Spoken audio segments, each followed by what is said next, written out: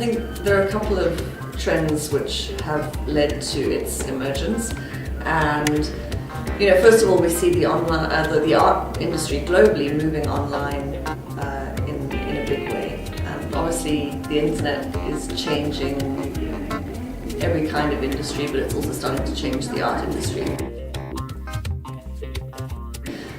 This is not going to remove or take away the role and the place of your traditional offline galleries and all the art activities that happen offline, but online art is going to become a new complementary channel.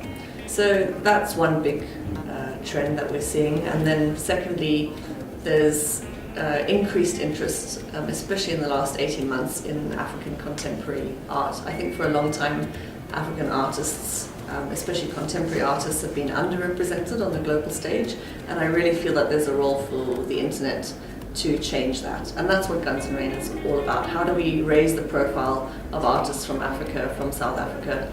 How do we get them onto that global stage? How do we use the web, social media, online marketing to really get them exposed and increase their chances of getting their work bought by international buyers and perhaps buyers from other parts of the continent.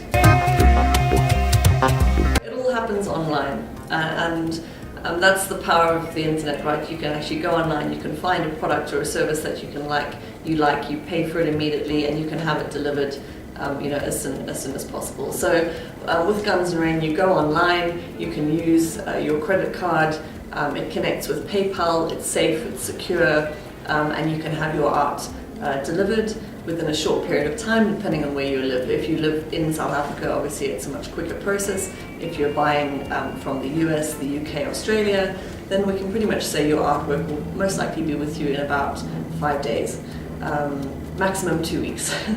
But that's the joy of online, is that you can make your decision and you can have that piece of art that you've bought arrive with you pretty soon.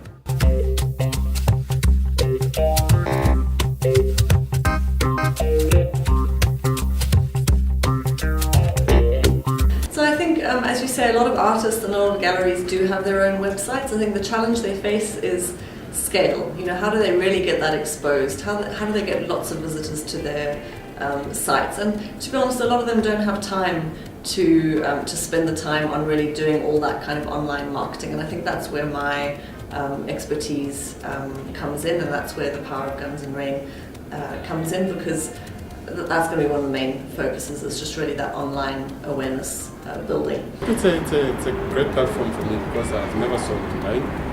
So for me, because it tends to get more exposure and stuff. So I think it's a great initiative to exhibit online. Some people can't come to galleries to see the work, so they normally look at the internet and stuff. So I think it's a great platform in terms of that, because some people don't want to go to galleries to just go to a net. So I think it's a great platform for me. In terms of Twitter, you normally have your friends most of the time. Okay, clients. In terms of Guns N' Rain, they have their own clients. They normally work with galleries, maybe with art collectors, and so in terms of social networks, mostly like with your friends, and your friends can't avoid it.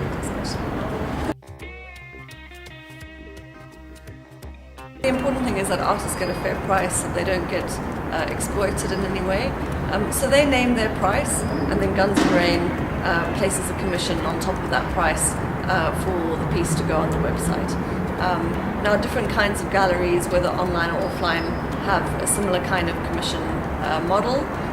Some of their percentages are higher than others. Of course, if you have an offline gallery, you can expect your commission to be significantly higher, because the costs of having an offline space, a physical space, tend to be much higher.